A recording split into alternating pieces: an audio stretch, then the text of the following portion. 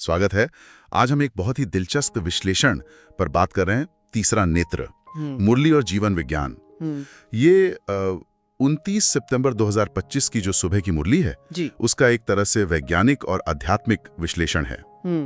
तो हमारा मकसद है इस विश्लेषण के जरिए ये समझना कि मुरली का ज्ञान सिर्फ मतलब आध्यात्मिक पाठ ही नहीं है, बल्कि कैसे ये जीवन को बदलने वाला एक विज्ञान भी बन सकता है। हाँ। हम इसे थोड़ा न्यूरोसाइंस, कल्चरल हिस्ट्री और रोजमर्रा की जिंदगी से जोड़कर देखेंगे। बिल्कुल। तो चलिए शुरू करते हैं इसकी गहराइयों में उतरना। बिल्कुल। और ये चर्चा इसी पर केंद्रित होगी कि मुरली के जो संदेश हैं उन्हें सिर्फ सुनना या पढ़ना काफी नहीं है, उन्हें बुद्धि में कैसे उतारा जाए, चरित्र में, व्यवहार में कैसे लाया जाए। हाँ। और दिलचस्प बात यह है कि विश्लेषण इसके पीछे का वैज्ञानिक आधार भी दिखाता है। अच्छा। हाँ, ये एक अनुभव और बदलाव की प्रक्रिया है असल में। तो विश्लेषण की शुरुआत होती है मुरली के इस कथन से, बाप आए हैं तुम्हें ज्ञान का तीसरा नेत्र देने। विश्लेषण इसे सिर्फ एक मतलब अलंकार या रूपक नहीं मानता है ना। हाँ। कुछ गहरा बता रहा है। क्या है ये तीसरा नेत्र इसके हिसाब से? हाँ, सही कहा। यह सिर्फ कल्पना नहीं है, विश्लेषण इसे एक विकसित क्षमता मानता है। मतलब हाई लेवल कॉग्निशन, ऊंची समझ जी, गहरी समझ, चीजों को साफ देखने की ताकत और सही निर्णय लेने की काबिलियत। ये वो जागरूकता है जिससे व्यक्ति कर्मों के चक्र को, मतलब कारण परिणाम के खेल को और अपने जीवन के असली मकसद को साफ साफ समझ पाता है। और विश्लेषण इसे सिर्फ मानसिक या आध्यात्मिक लेवल तक ही नहीं रख रहा है, बल्कि इसे न्यूरोसाइंस से भी जोड़ रहा है। जी हाँ, बिल्कुल। विश्लेषण का एक मुख्य पॉइंट यही है कि जिसे मुरली तीसरा नेत्र कह रही है, उसे आज का विज्ञान दिमाग की कुछ खास गतिविधियों से जोड़ सकता है। खास तौर पर वो प्रीफ्रंटल कॉर्टेक्स यानी पीएफसी। हाँ, पीएफसी जी, जो हमारे दिमाग का एक तरह से सीईओ है, प्लानिंग और विल पावर के लिए जिम्मेदार। फिर इंटीरियर सिंगुलेट कॉर्टेक्स यानी एसीसी और पेरिएटल अटेंशन नेटवर्क। ये सारे हिस्से लगातार ध्यान लगाने और आत्म जागरूकता मतलब सेल्फ अवेयरनेस के लिए जरूरी हैं। तो क्या इसका मतलब ये है कि ध्यान या अभ्यास से हम सच में अपने दिमाग में कुछ बदल सकते हैं, जिसे तीसरा नेत्र खुलने जैसा कहा जा सके? बिल्कुल। विश्लेषण इसी न्यूरोप्लास्टिसिटी के सिद्धांत की तरफ इशारा करता है। अच्छा, न्यूरोप्लास्टिसिटी? हाँ, कि हमारा दिमाग जो है वो अनुभव और अभ्यास से बदल सकता है, नए कनेक्शन बना सकता है। और जो लोग नियमित ध्यान करते हैं, अनुभव आधारित अभ्यास करते हैं, उनमें दिमाग के इन्हीं हिस्सों में मतलब पीएफसी, एसीसी वगैरह में पॉजिटिव बदलाव देखे गए हैं। तो तीसरा नेत्र एक तरह से प्रशिक्षित दिमागी अवस्था हुई। समझ गया। ये तो हुई अंदर की समझ की बात। विश्लेषण में आगे शेरनी शक्तियों का जिक्र आता है, वो शक्ति जिससे हिम्मत से दूसरों को समझाया जा सके कि तुम आत्मा हो, परमात्मा नहीं।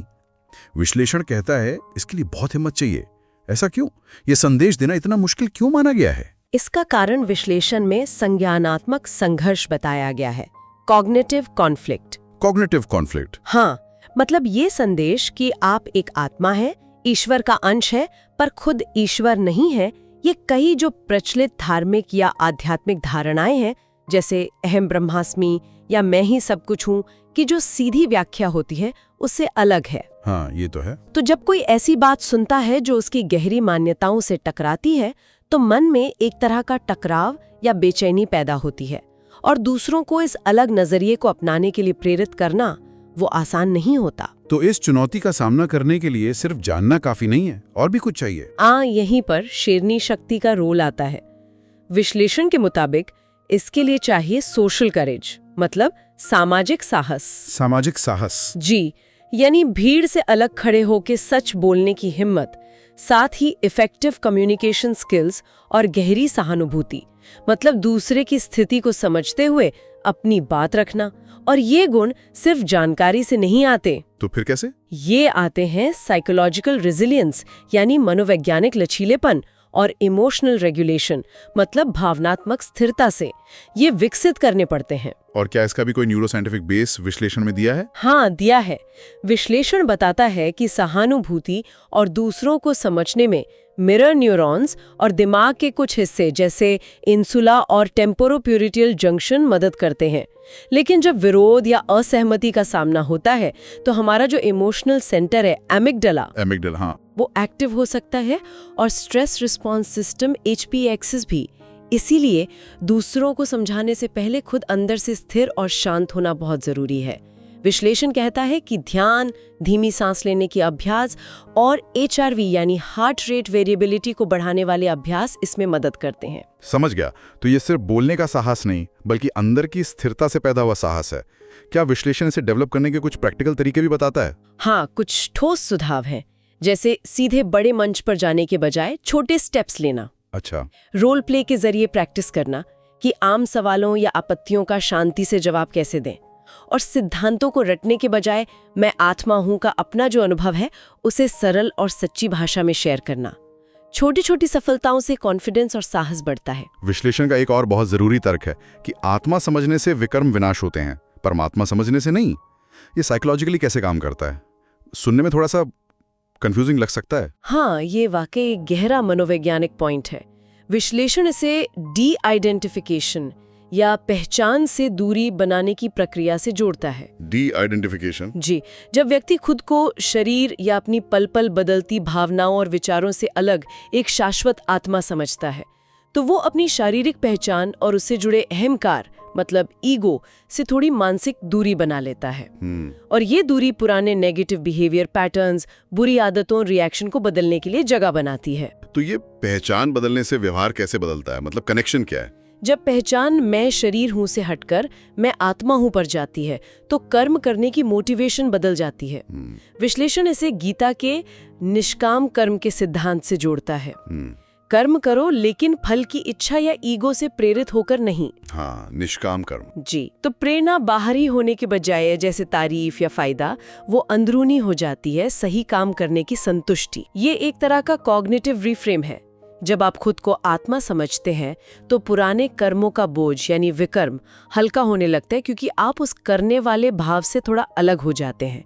और क्या इसका कोई फिजिकल या न्यूरोकेमिकल असर भी होता है? हाँ, विश्लेषण कहता है कि इस तरह की समझ और माइंडफुलनेस के अभ्यास से स्ट्रेस हार्मोन कॉर्टिसोल का लेवल कम हो सकता है। अच्छा। और दूसरी तरफ शांति और खुशी से जुड़े न्यूरोकेमिकल्स जैसे सेरोटोनिन और एंडोर्फिन, और सामाजिक जुड़ाव और विश्वास से जुड़ा हार्मोन ऑक्सीटोसिन, वो बढ़ सकता है। ऑक्सीटोसिन भी। हाँ। इसका नतीजा होता है ज्यादा मानसिक शांति, बेहतर सामाजिक रिश्ते और परोपकारी व्यवहार। तो ये सिर्फ सोच बदलने की बात नहीं है, पूरे सिस्टम पर असर डालने वाली बात है। विश्लेषण भारतीय शास्त्रों का भी रेफरेंस देता है ये बताने के लिए कि ये ज्ञान और चरित्र निर्माण का तरीका नया नहीं है।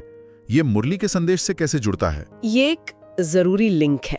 विश्लेषण इस बात पर जोर देता है कि भारतीय परंपरा में शिक्षा सिर्फ जानकारी देना नहीं थी। हाँ, वो तो है। बल्कि चरित्र निर्माण और नैतिक मूल्यों का विकास करना था। जैसे गुरुकुल सिस्टम में सिर्फ विषय नहीं पढ़ाए जाते थे, गुरु के साथ रहकर अनुशासन, नैतिकता यानी धर्म और सेवा भाव भी सिखाया जाता था। सही। वेद और उपनिषद आत्मज्ञान और संवाद पर केंद्रित थे। भगवत गीता तो कर्म, ज्ञान और भक्ति के संतुलन के साथ साथ आत्मस्थिरता और निष्काम कर्म की प्रैक्टिकल शिक्षा देती है, जो मुरली के मामेकम स्मर यानी एक मुझे याद करो जैसे संदेशों से काफी मिलती जुलती है। रामायण और महाभारत भी सिर्फ कहानियां नहीं है, बल्कि नैतिक दुविधाओं और प्रैक्टिकल जीवन जीने की कला सिखाने वाले ग्रंथ हैं।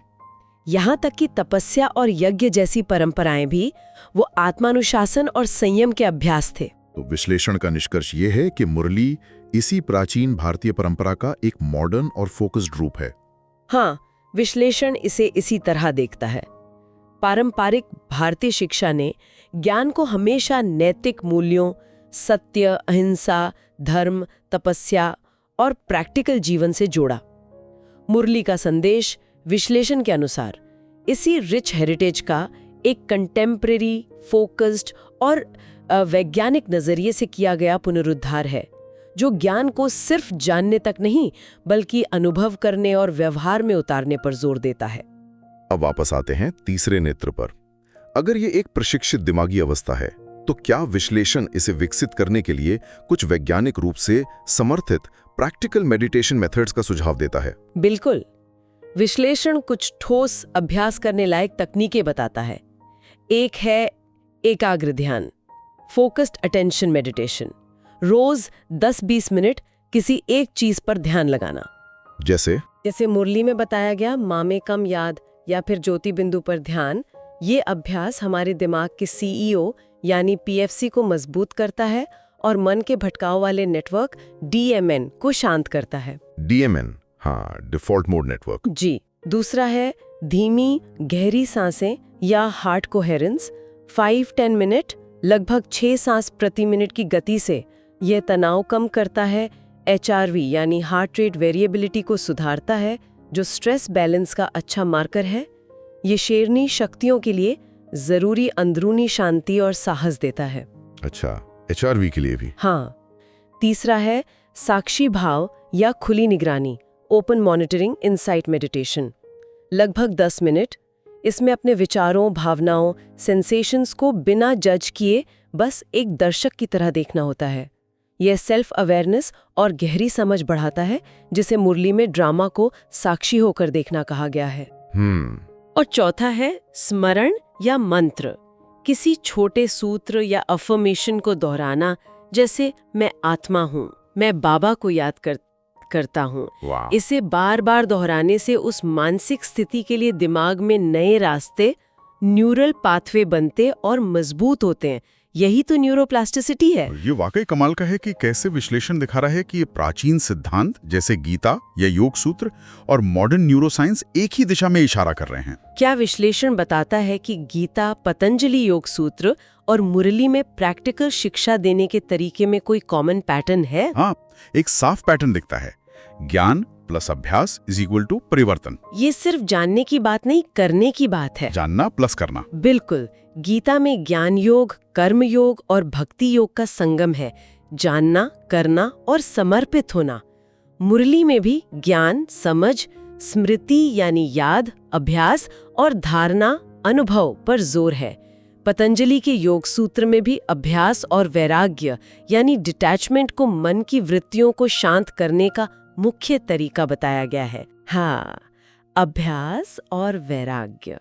जी, जो मुरली के अभ्यास और त्याग के संदेश से काफी मिलता जुलता है। यहाँ तक कि प्राचीन यज्ञ और तपस्या भी, जैसा विश्लेषण इशारा करता है, सिर्फ बाहरी कर्मकांड नहीं थे। वे ध्यान, संयम और नियमों के पालन के जरिए हैबिट फॉर्मेशन हैबिट फॉर्मेशन और नैतिक ढांचा बनाने, मतलब मॉरल स्कैफोल्डिंग के तरीके थे।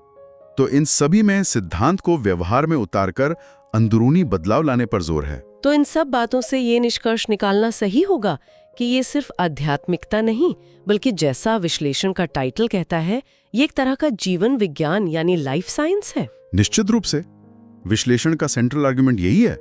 जब कोई व्यक्ति मुरली के ज्ञान को समझकर आत्माभिमानी स्थिति में रहकर परमात्मा की याद में रहता है और बताए गए अभ्यासों को जीवन में उतारता है, तो सिर्फ उसके विचार या भावनाएं नहीं बदलते। तो क्या बदलता है?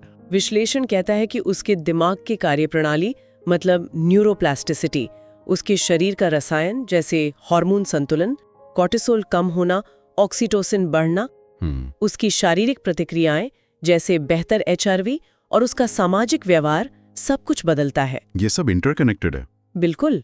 और ये बदलाव सिर्फ महसूस करने वाली बात नहीं है, इसके मेजरेबल बायोलॉजिकल साइन है।